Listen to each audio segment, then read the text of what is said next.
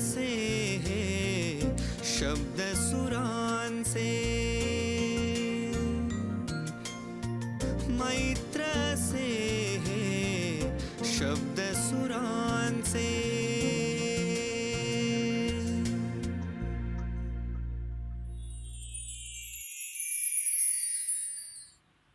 हिंदुस्थानी शास्त्रीय संगीत, ठुमरी, गझल, भावसंगीत, चित्रपट संगीत, भक्ती संगीत, फ्युजन संगीत, संगीताशी संबंधित विविध विषयांवरच्या कार्यशाळा, संगीत विषयक लेखन, हे सगळं अथक करत राहणाऱ्या गायिका विदुषी शोभा जोशी. मानसशास्त्रासारख्या विषयाचा अभ्यास एका बाजूला आणि दुसरीकडे संगीताचा सखोल शास्त्रशुद्ध अभ्यास, दोन्ही विषयात संशोधनाचं काम. संगीतातील संशोधनासाठी तर त्यांना भारतीय सांस्कृतिक मंत्रालयाची अत्यंत सन्माननीय अशी शिष्यवृत्तीही मिळाली आहे. भारतातल्या विविध प्रांतांसह परदेशातही त्यांच्या जवळजवळ 1,500च्या वर संगीत मैफिली झाल्या आहेत. 5,000 वर्ष जुन्या वेदांचा अभ्यास करून त्यांना सांगीतिक कोंदण देणाऱ्या वेदांत नॉलेज ऑफ लाईफ अशा एका आगळ्या वेगळ्या प्रकल्पावरही त्यांनी काम केलं आहे.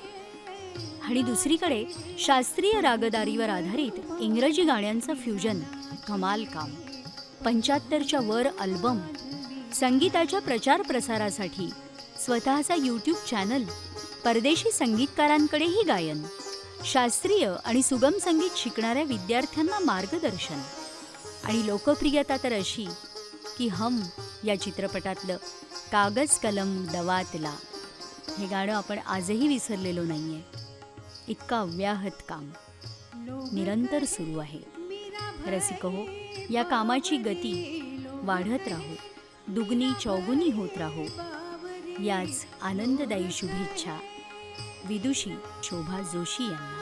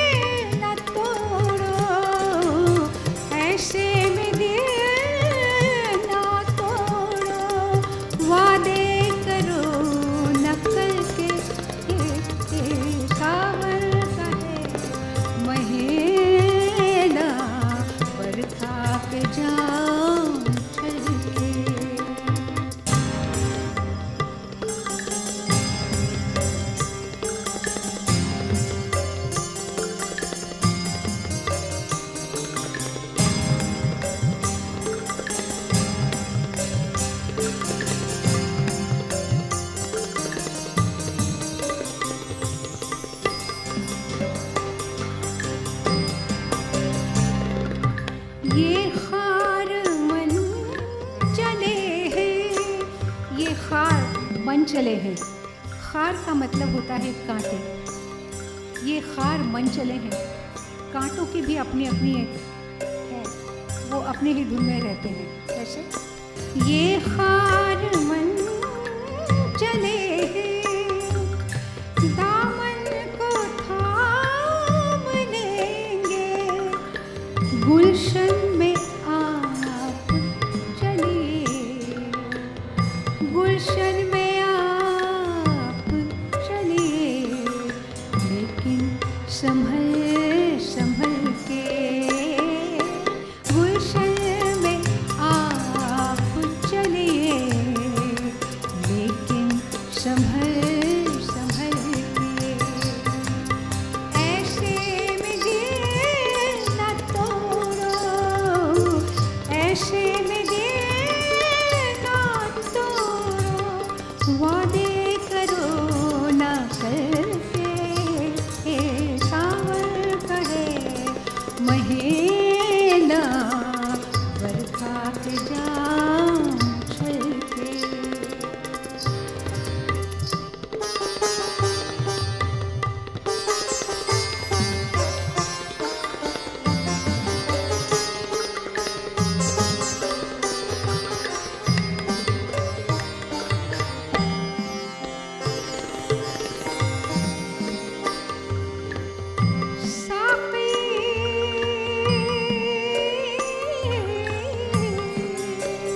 आखिरी शेर है।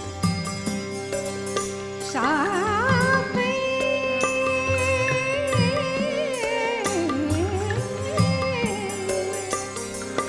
साक़ी ने आज मुझको ऐसी नज़र से देखा, साक़ी ने आज मुझको ऐसी नज़र से देखा,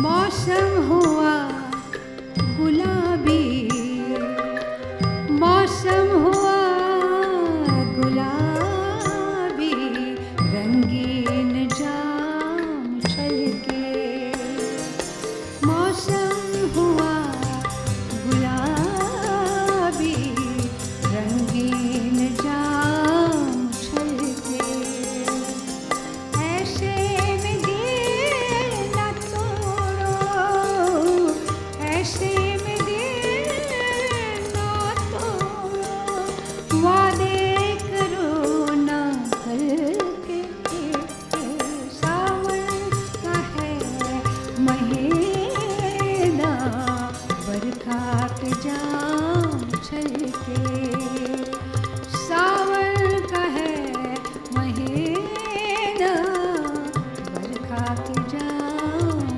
छलके, बरखा के जाम छलके, बरखा के जाम छलके। शुक्रिया। वा वा, क्या बात. शुक्रिया. नमस्कार रसिको. मैत्र हे शब्द सुरांचे या कार्यक्रमामध्ये आपण गप्पा मारतोय सुप्रसिद्ध गायिका शोभा जोशी यांच्याशी. शोभाताई, मैत्र हे शब्द सुरांचे या कार्यक्रमाच्या दुसऱ्या भागात तुमचं पुन्हा एकदा अगदी मनापासून स्वागत. धन्यवाद. तसंच तुम्हाला तबला साथ करणारे अमेय ठाकूर देसाई त्यांचंही मनापासून स्वागत. तुम्हाला तालवाद्यांची संगत करणारे महेंद्र शेडगे यांचंही मनापासून स्वागत करतो. संवादिनी साथ करणारे श्रीनिवास आचार्य आणि सिंथेसायझर साथ करणारे दर्शन कहार. गेल्या भागात तुम्ही आम्हाला शास्त्रीय संगीत ऐकवलं. वारकरी संप्रदायामध्ये ते भक्ती संगीताचे कसे विविध प्रकार असतात ते तुम्ही ऐकवलेत. नरवर कृष्णासमान नाट्यसंगीत ऐकवलं, नंतर ठुमरी ऐकवलीत, आज गझल या एका प्रकाराने सुरुवात केली.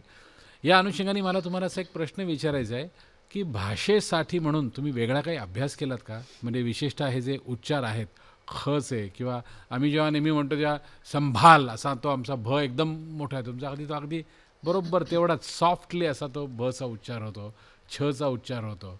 तर त्यासाठी किंवा आपल्याला भविष्यात हिंदी चित्रपटसृष्टीमध्ये काहीतरी गावं लागणार आहे म्हणून भाषेचा काही वेगळा अभ्यास केला होता?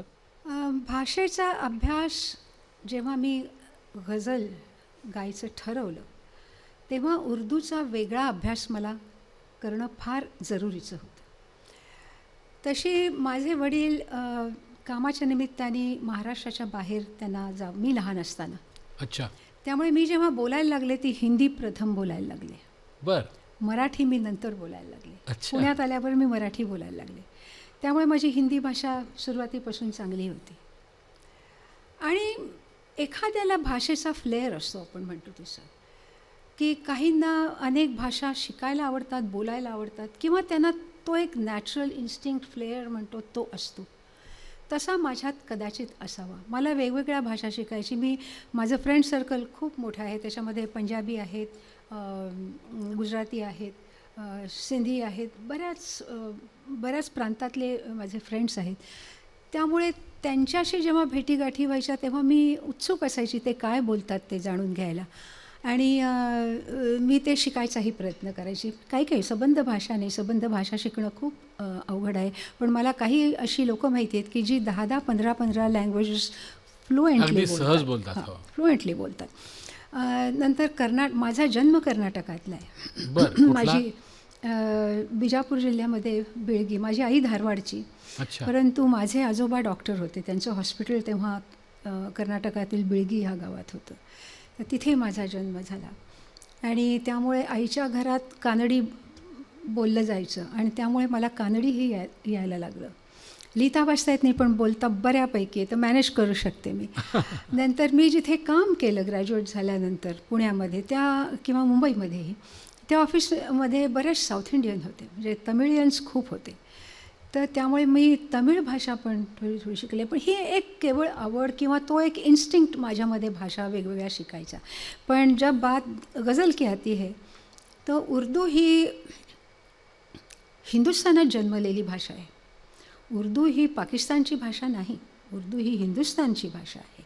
आणि उर्दू हे अरेबिक, पर्शियन आणि हिंदी अशा 3 भाषांचं मिश्रण आहे. आणि हिंदी मला येत होतं, पण उर्दू आणि पर्शियन जे उच्चार आहेत ते गझलमध्ये खूप प्रॉमिनंटली ते शब्द येतात, पर्शियन आणि अरेबिक शब्द, किंवा ज्याच्यामधनं उर्दू बनलेली आहे. तर ते शिकणं, कारण आपल्याकडे 39 मला वाटतं जी बाराखडी आपली 39 अल्फाबेट्स आहेत त्यांच्याकडे 50 आहेत जे आपल्या भाषेमध्ये नाहीत. तर ते उच्चार शिकणं फार महत्त्वाचं असतं. गझल गायकी असेल तर. गझल ऐकणारे जे असतात, जे असली गझल ऐकणारे लोक आहेत, ते तुमची गायकी प्रथम ऐकत नाहीत, उच्चार प्रथम, ते तुमचे उच्चार प्रथम ऐकतात. आता मी मगाशी देवसाहेबांचा उल्लेख केला होता, त्या संदर्भात त्यांनी मराठी उच्चार किंवा उच्चार शब्दांचे कसे करून गायचं हे पण माझं खूप सुधारून घेतलं होतं. कुठल्याही भाषेमध्ये स्वर आणि व्यंजनही असतात, तशी उर्दूमध्येही आहेत. परंतु त्याबरोबर आणखीन ज्याला गटरल उच्चार म्हणतो, ह, ग, हे जे उच्चार आहेत ह्याला गटरल, ऐन, गैन असे ते उच्चार आहेत. तर ते शिकावे लागतात. ते आपल्या भाषेमध्ये नसतात, त्यामुळे आपल्या गळ्यात नसतात, आपली जीभ त्याला रुळलेली नसते. तर ते शिकावं लागलं. आणि गझल जर मला गायचे, गझल मी लहानपणापासून ऐकत आले. मी शाळेमध्ये असल्यापासून मी मेहदी हसनजी किंवा बेगम अख्तरजी ह्या सगळ्या लोकांना ऐकत आलेली आहे. त्यामुळे गझल माझ्या कानावर सतत पडलेली होती. मला आवडायचं ही गझल गायला. असं नाही की गझलचा दौर सुरू झाला आणि मी मला वाटलं की आपण आता गझल गाऊया, हा दौर सुरू झाला तर आपण ते पण गाऊया, असं नाही. माझं लहानपणापासून ते होतं. पण जेव्हा मी स्वतः गझल गायची असं ठरवलं तेव्हा मला जाणवलं की मला उर्दू शिकलं पाहिजे. आणि म्हणून मी उर्दू शिकायला लागले. आणि ते माझ्या भाषा शिकण्याच्या आवडीमध्ये ते सहजपणे होऊन गेलं आणि मला सहजपणे शिकता आलं. तुम्ही भोजपुरी सुद्धा गायला आहेत ना, मग त्यासाठी ती भाषा पण तशी, ते उच्चार ज्याला म्हणतो, शिकला? उच्चार शिकावे लागतात. आता पंजाबी गाणी मी गायले तर पंजाबी लहजा जो आहे तो असा, त्याच्यामध्ये एक फोर्स आहे. पंजाबी भाषा ही अशी बंगालीसारखी सॉफ्ट किंवा हिंदीसारखी अशी नाही आहे. त्याच्यामध्ये जे एक झटके आहेत किंवा जो फोर्स आहे तो त्या शब्दांना द्यायलाच लागतो. मला आठवतं एक नूरजहांजींचं गाणं, मैनू रब दिसो तेरे नाल प्यार हो गया वे चन्ना सच्ची मुच्ची, ओ चन्ना सच्ची मुच्ची. हा जो लहजा आहे तो पंजाबीमध्ये, तर तो पण मला शिकावा लागला. तो आपण रेकॉर्डिंगसाठी शिकतो किंवा भाषा म्हणूनही मी शिकले. तसंच भोजपुरी शिकले, राजस्थानी मी पिक्चर्समध्ये गायले तेव्हा राजस्थानी पण भाषा. याचा अर्थ असा नाही की मला त्या भाषा फ्लुएंट बोलता येतात, पण त्या भाषांशी माझा परिचय आहे. बरोबर. त्यामुळे माझा कम्फर्ट झोन असतो ती गाणी गाताना. मैत्र से हे शब्द सुरांचे.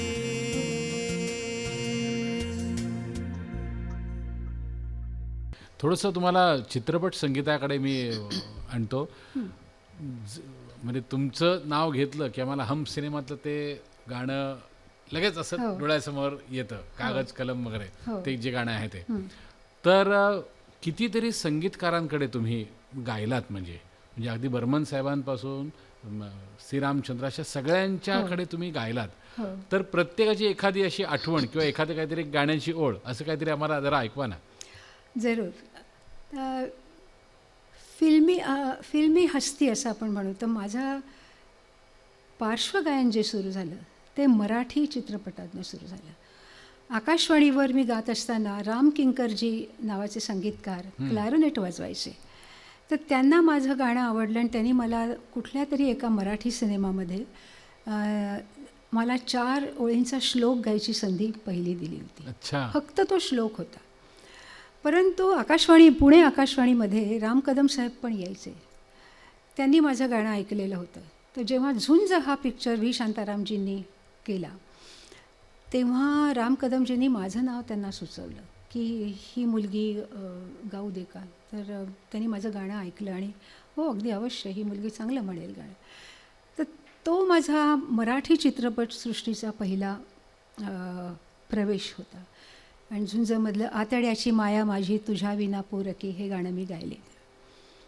तर मराठीचा माझा चित्रपट संगीताचा प्रवास तसा सुरू झाला. मग लक्ष्मी वगैरे अनेक राम कदमजींच्या चित्रपटात मी गायले. बाबूजींचं पण एक गाणं मला देवघर या चित्रपटात गायला मिळालं. पण हिंदीमध्ये माझा प्रवास सुरू झाला तो बी सुभाष या प्रोड्युसरांच्या मुळे आणि बप्पी लहरीजींचं म्युझिक होतं. बरं.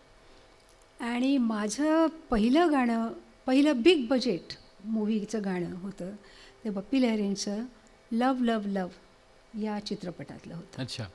आणि ना चिठ्ठिया ना कोई संदेशा, ना चिठ्ठिया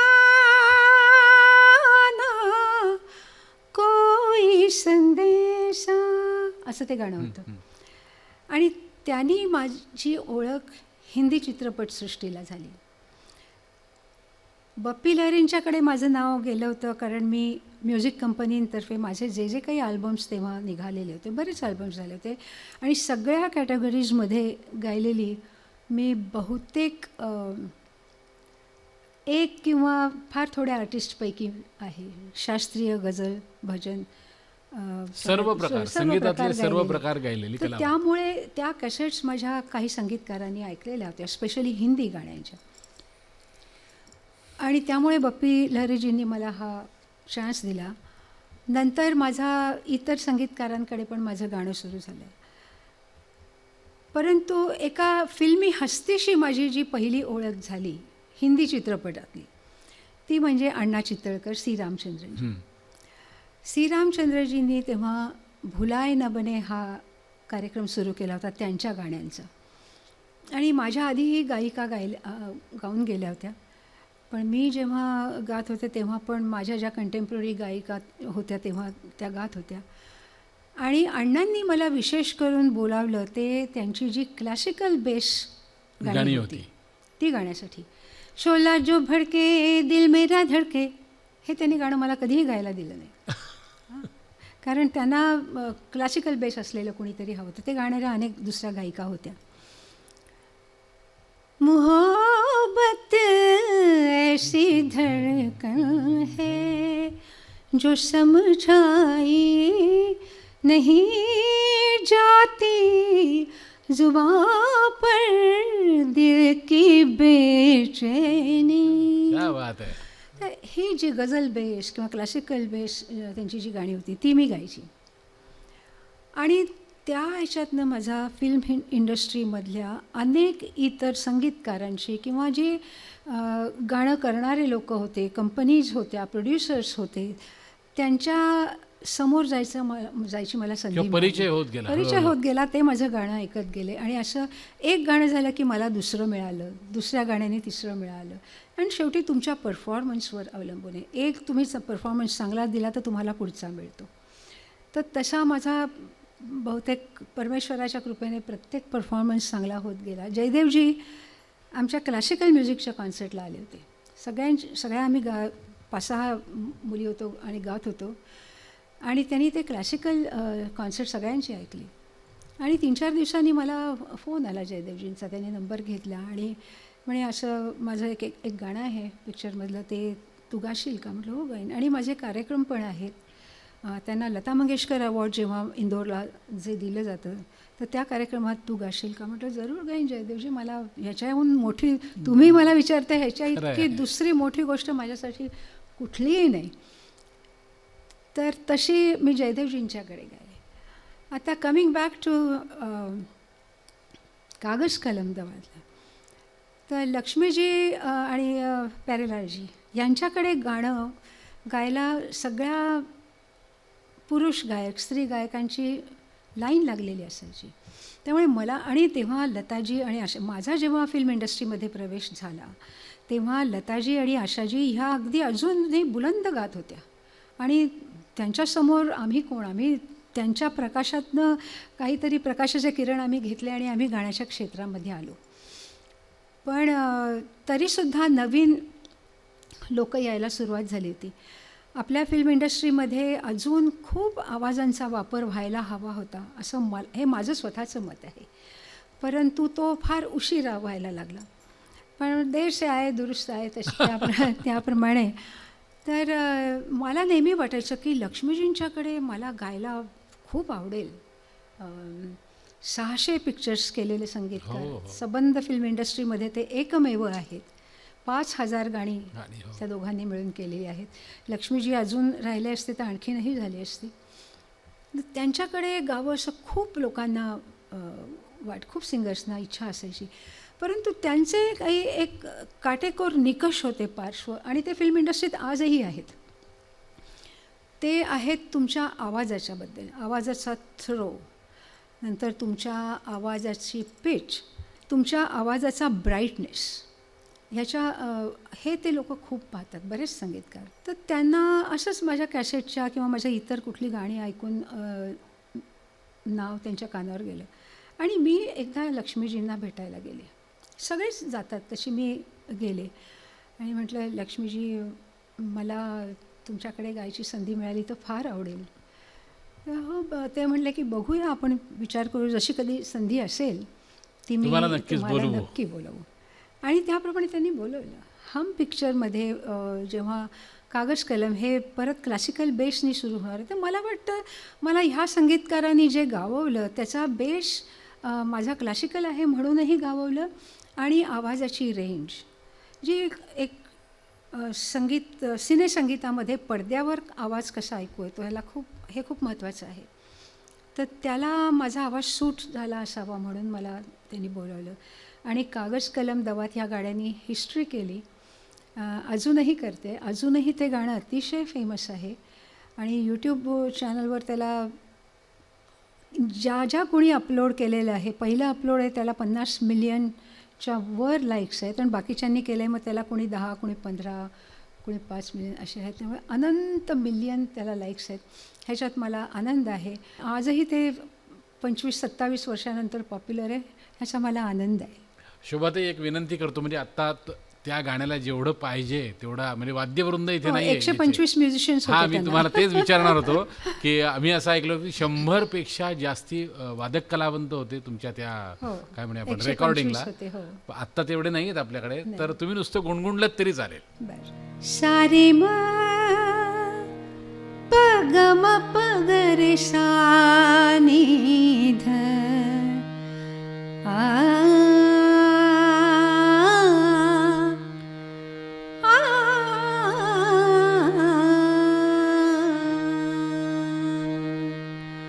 कागज कलम दवातला लिख दूँ दिल तेरे नाम करूँ. जिंग जिंग जिंग जिंग जिंग जिंग जिंग वाजवायला हरकत नाही. कागज कलम दवातला, लिख दूं दिल तेरे नाम करूं। दिल क्या तू जान भी मांगे तो दे दूं, दे दूं, दे दूं, ये पहला काम करूं। कागज कलम दवातला, लिख दूं दिल तेरे नाम करूं, लिख दूं दिल तेरे नाम करूं। क्या बात आहे, क्या बात आहे, क्या बात थँक्यू. माझ्याबरोबर हे ड्युएट आहे आणि माझ्याबरोबर मोहम्मद अजीज यांनी ते गायलं होतं. तर आमच्या दोघांचं इथे गाणं खूप लोकांना आवडलं, त्याचा पण खूप आनंद आहे आम्हाला. मैत्र से हे शब्द सुरांचे.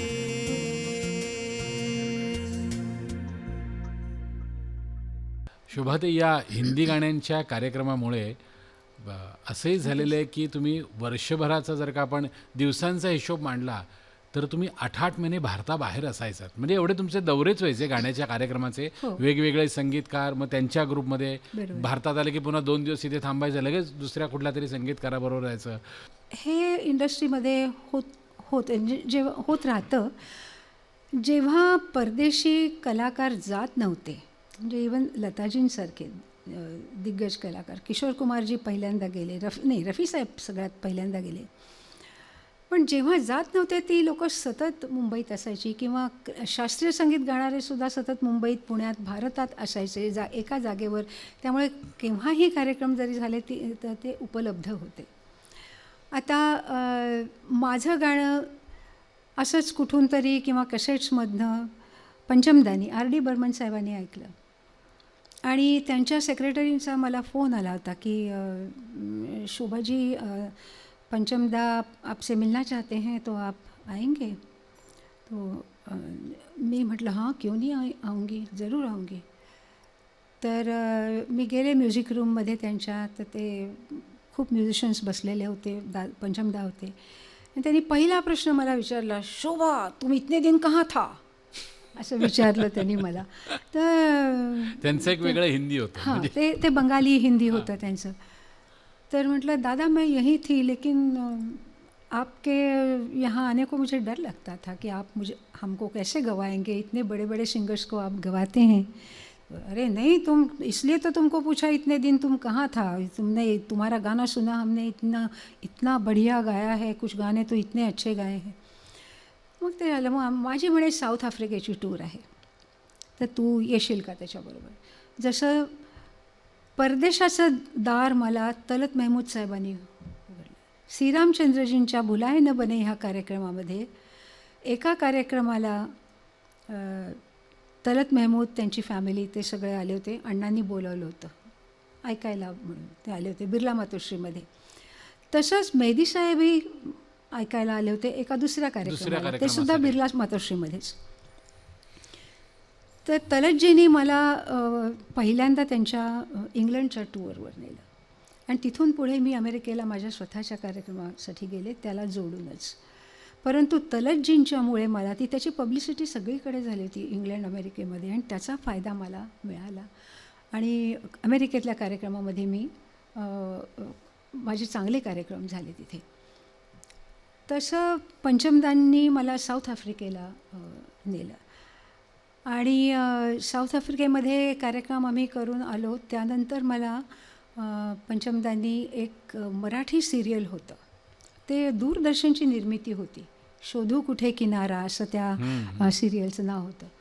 आणि त्याचं गाणं पंचमदांनी माझ्याकडून गाऊन घेतलं. मला आश्चर्यच वाटलं होतं की माझ्याकडे कसं, मराठी जरी असलं तरी माझ्याकडे कसं आलं गाणं. पण मला आनंद होता की मला पंचमदांनी ते गाणं गायला बोलवलं. तर ते गाणं मी पंचमदांकडे गायले. हा एक लाईफ टाईम एक्सपिरियन्स त्यांच्याबरोबर काम करायचं. आणि मेहदी हसन साहेबांनी सुद्धा असंच माझं, मी मेहदी हसन साहेबांना लहानपणापासून, माझ्या लहानपणी लाहोर स्टेशन यायचं रात्री 11:15. मी झोपलेली असायची, 7-8 वर्षाची असेल मी, पण माझी आई रेडिओ ऐकत असायची. तेव्हा आमच्याकडे रेडिओ होता आणि ती ते लाहोर स्टेशन बंद होईपर्यंत 11:15 साडे 11पर्यंत त्याच्यावर अत्यंत सुंदर गझल ठुमरीचे कार्यक्रम आणि त्याच्यामध्ये मेहदी हसन. तिने मला एकदा झोपेतनं उठवलं आणि म्हणाली की उठ, कुणीतरी मेहदी हसन नावाचे गायक गात आहेत, ऐकतोय. ते कसं गातात बघ, असं गाता आलं पाहिजे, असं गायलं पाहिजे. हे माझ्या आईने मला सांगितलं. मेहदी हसन साहेबांना तिने प्रथम ऐकलं. मला स्वप्नातही कल्पना नव्हती की मी त्यांची शागिर्द बनेन, मी त्यांची गंडाबंद शागिर्द आहे आणि ते मला ॲक्सेप्ट करतील. कारण गझल हा वेगळा बाज आहे. मी थोडंसं परत मागे जाते. गझल मी जेव्हा शिकायचं ठरवलं तेव्हा मला हे जसं उर्दू शिकायलाच पाहिजे हे वाटलं, तसं गझल ही बाकायदा कुणाकडे तरी शिकायला हवी हेही मला नक्की माहिती होतं. त्याशिवाय मी गझल गाऊ नये. तर म्हणून मला कुणी नावं सजेस्ट केली मुंबईमध्ये की तू महेशचंद्रजींच्याकडे जा शिवाजी पार्कला. आणि मी त्यांच्याकडे गेले आणि मी त्यांना विनंती केली, मला अमक्या अमक्याने तुमचं नाव सांगितलं आहे, तुम्ही मला शिकवाल का? हो शिकवेन की. म्हणे तुम्ही काय गाता? म्हटलं मी बेसिकली क्लासिकल गाते, मराठी गाते, हिंदीमध्ये थोडंफार गायलेली आहे पिक्चर्समध्ये. तेव्हा हम वगैरे झालेलं नव्हतं, आधीची सुरुवातीची आहे. तर मग गाऊन दाखवा तुम्ही. मग मी थोडं क्लासिकल म्हटलं, थोडं काय मला जी गझल येत होती ती म्हटली असे. तर ते म्हटले की शोभा जी आपका गला तो बहुत तैयार है, आप क्योंकि आप इतना अच्छा क्लासिकल गा रही हैं, पर गज़ल गायकी एक अलग अंदाज है. गज़ल गायकी का गला अलग होता है. उसके लिए जो आप गले का इस्तेमाल करते हो उसका एक टेक्निक है, तो वो आपके गले में नहीं है, वो आपको सीखना पड़ेगा. तर मी म्हटलं म्हणून तर मी तुमच्याकडे आली आहे. माझ्याकडे गझल गायकीचं तंत्र माझ्याकडे नाही आहे हे मला माहिती आहे आणि मला ते आत्मसात करायचं आहे. आणि त्यांनी मला शिकवलं. आणि गझल गायकीमध्ये सुद्धा खूप प्रकार आहेत, ते त्यांनी मला शिकवले. माझा बेसिक मुख्य म्हणजे माझा गळा त्यांनी गझल गायकीसाठी तयार केला. आणि मी गायलेली गझल जेव्हा मेहदी हसन साहेबांनी ऐकली आणि मला त्यांच्याकडे शिकायची इच्छा आहे असा मी निरोप कुणाकडनं तरी पाठवला, तेव्हा त्यांनी माझ्या कॅसेट्स, तेव्हा ते अमेरिकेत होते, माझ्या कॅसेट्स तेव्हा कॅसेट्स होत्या आणि तेव्हा CD वगैरे काही नव्हतं. त्या कॅसेट्स दुकानांमध्ये अमेरिकेत इंडियन स्टोअर्समध्ये मिळायच्या. तर त्यांची मुलगी एकदा कुठल्या तरी इंडियन रेकॉर्ड स्टोअरमध्ये गेली आणि तिथे त्यांची फॅमिली इंडियात यायची, त्यामुळे ते सगळे मला ओळखत होते. तर माझी कॅसेट त्यांना दिसली त्या दुकानात. तिने नेली ती घरी आणि खासाहेबांनी ऐकली आणि त्यांनी मला अमेरिकेहून फोन केला होता कि तुम्हारी कैसेट मैंने सुनी, समीना त्यांची मुलगी बुलाई थी और तुम सही ट्रैक पे हो, गज़ल गायकी के सही ट्रैक पे तुम हो. आणि त्यानंतर त्यांनी मला, कारण ते मला म्हणले तुम्हारा गला तो मुझे तैयार मिला है.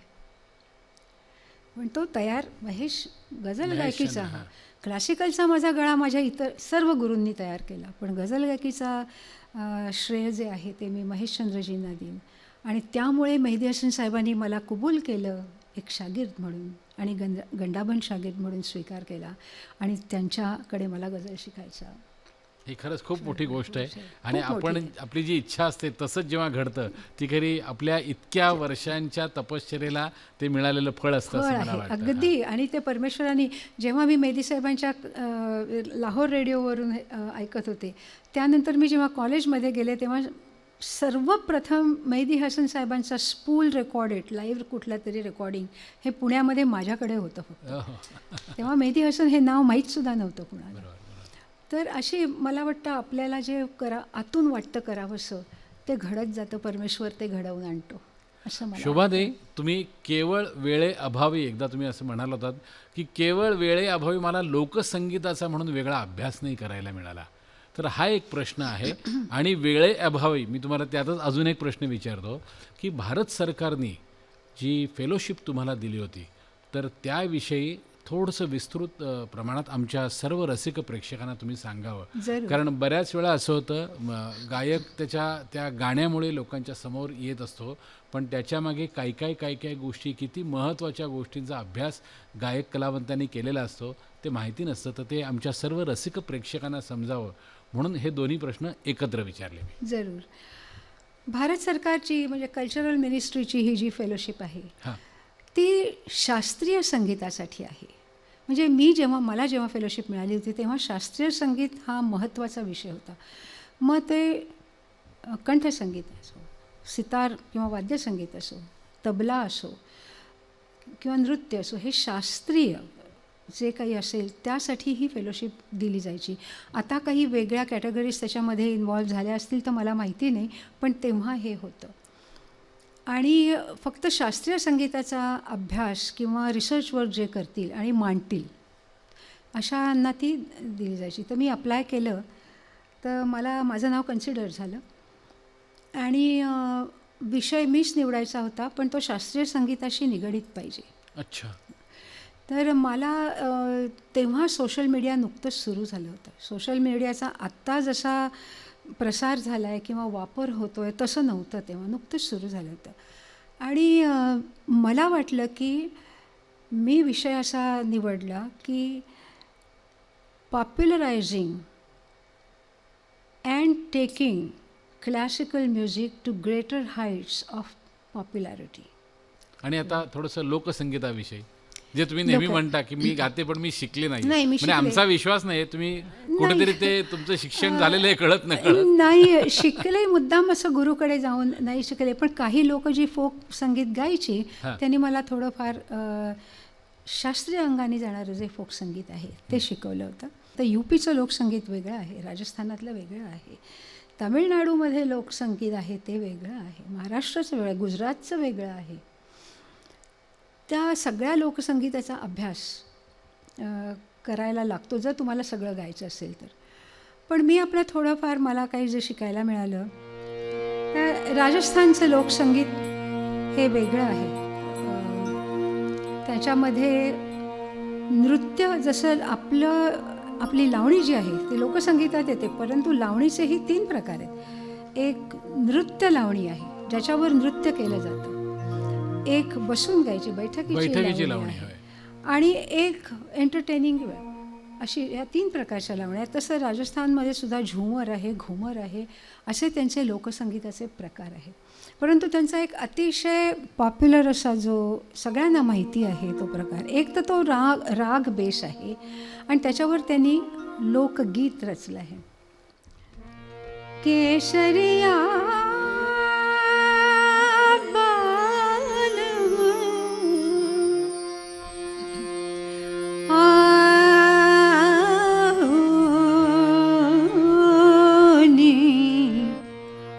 पधारो मारे देश, मारे देश, मारे देश रे पधारो मारे देश. हा लोकसंगीताचाच प्रकार आहे, पण तो तुम्ही ठुमरी अंगाने खुलवू शकता, लोकगीत अंगाने खुलवू शकता. मैत्र से हे शब्द सुरांचे.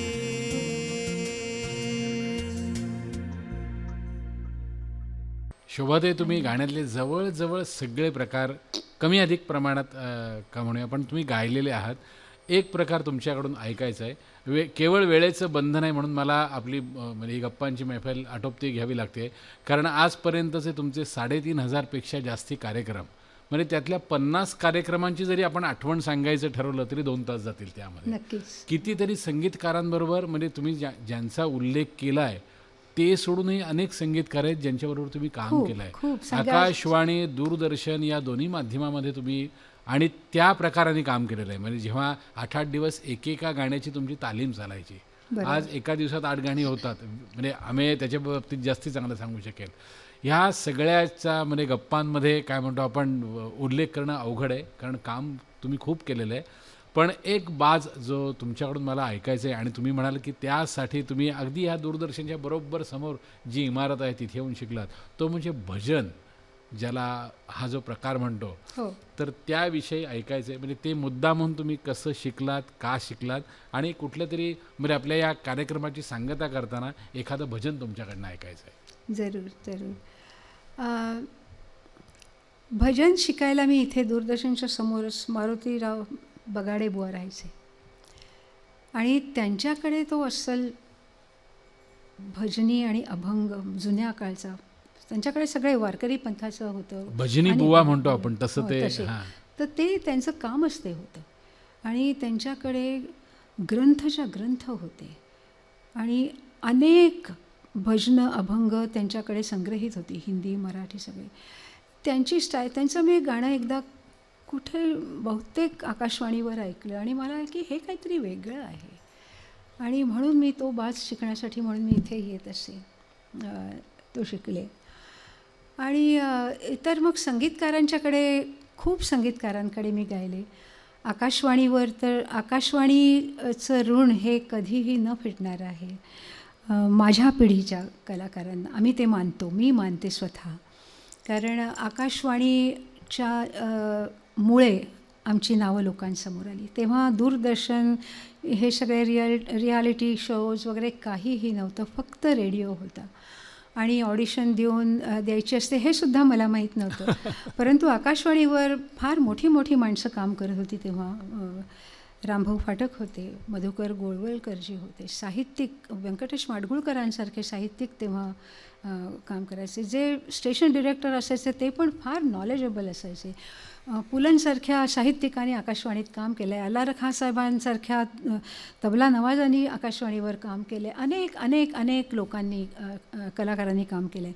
आणि त्या माहोलमध्ये मी आकाशवाणीशी जोडले गेले.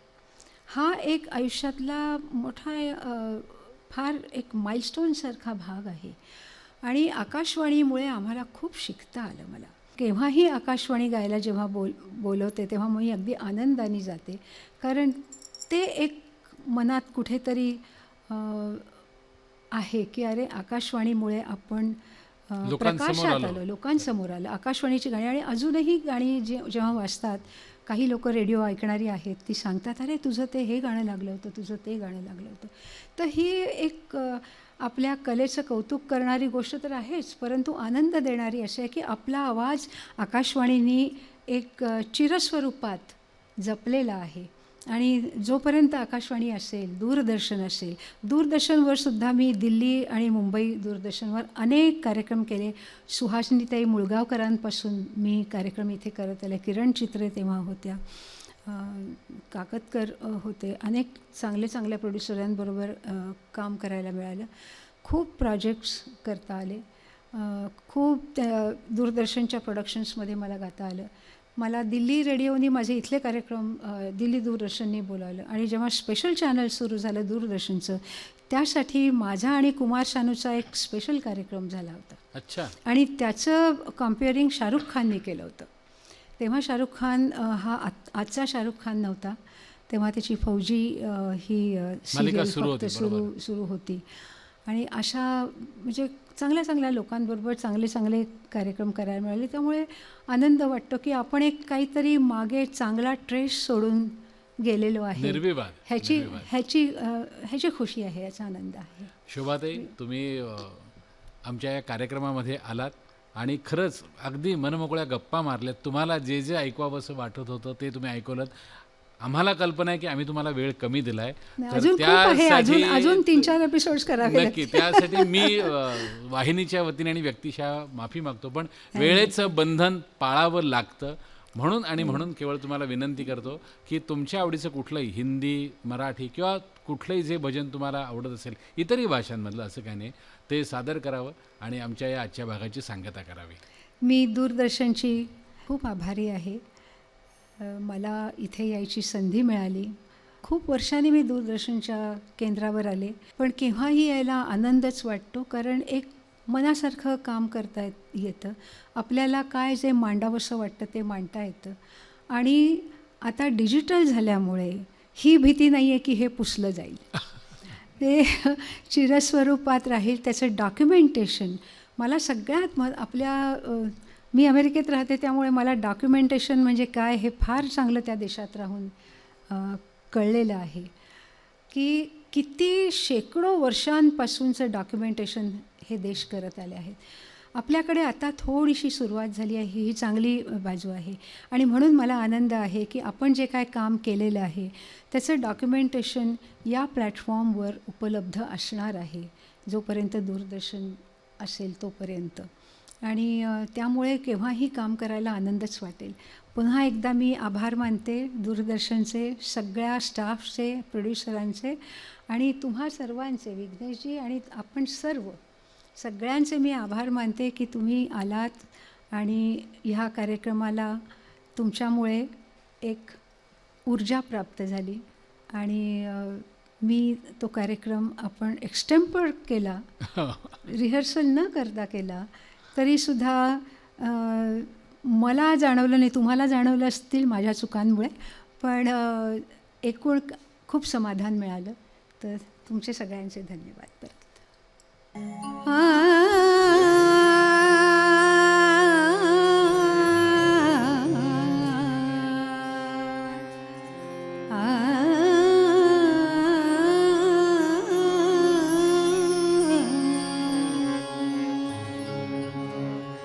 पग घुंघरू बांध मीरा नाची रे, पग घुंघरू बांध मीरा नाची.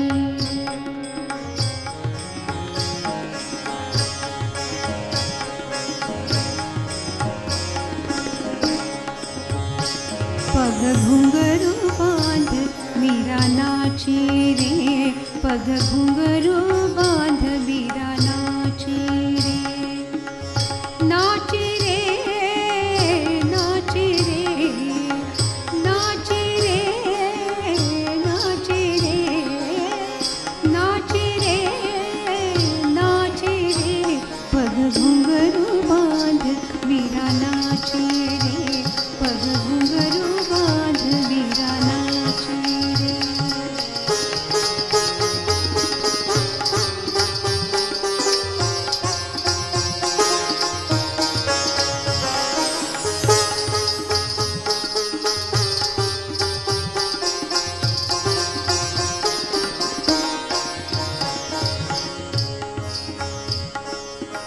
लोग कहे मीरा भई बावरी, लोग कहे मीरा भई बावरी, लोग कहे मीरा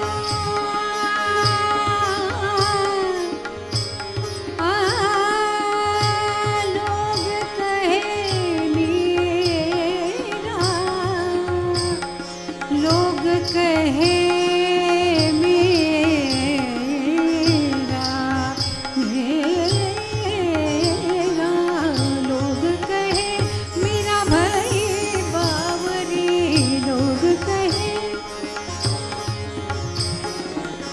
लोग कहे मीरा भई बावरी. सास कहे कुल नासी रे, सास कहे कुल नासी रे, सास कहे कुल नासी रे. अपने मन के नारायण की, अपने मन के नारायण की हो गई आप ही दासी रे, हो गई आप ही दासी रे. पग घुंघरू बांध मीरा नाची रे, पग घुंघरू बांध मीरा नाची रे, मीरा नाची रे, मीरा नाची रे, मीरा नाची रे, मीरा नाची रे. पग घुंघरू बांध मीरा नाची.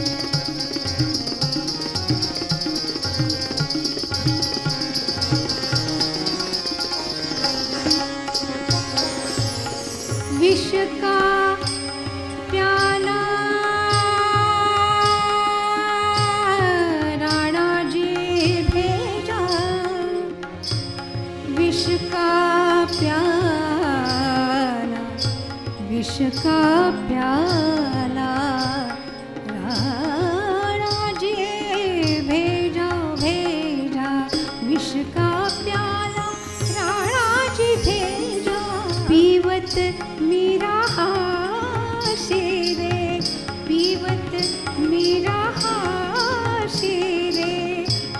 शास कहे कुल नाशे रे, शास कहे कुल नाशे रे, पग घुंघरू बांध मीरा नाची रे, पग घुंघरू बांध मीरा नाची।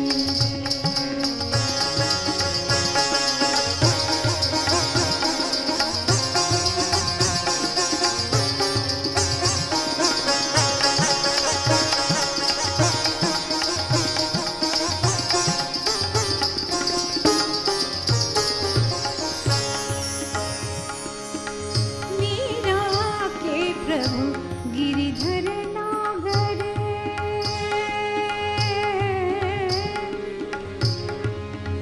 मीरा के प्रभु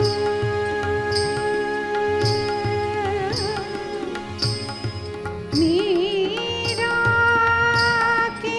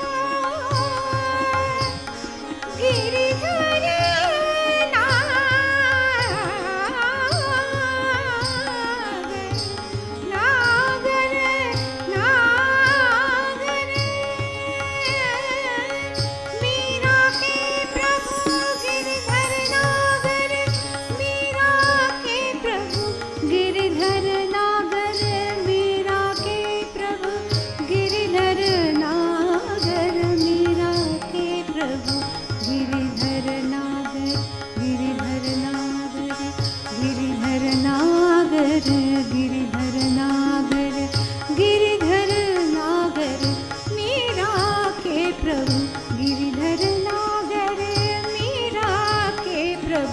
गिरिधर नागर, बेगी मिलो अविनाशी रे, बेगी मिलो अविनाशी रे, शास कहे कुल नाशी रे, शास कहे कुल नाशी रे, पग घुंघरू बांध मीरा नाची रे, पग घुंघरू बांध मीरा नाची रे, पग घुंघरू बांध मीरा नाची रे, पग घुंघरू बांध मीरा नाची रे, पग घुंघरू बांध मीरा नाची रे, पग घुंघरू बांध मीरा नाची नाची, घुंघरू बांध मीरा नाची रे, पग घुंघरू बांध मीरा घुंघरू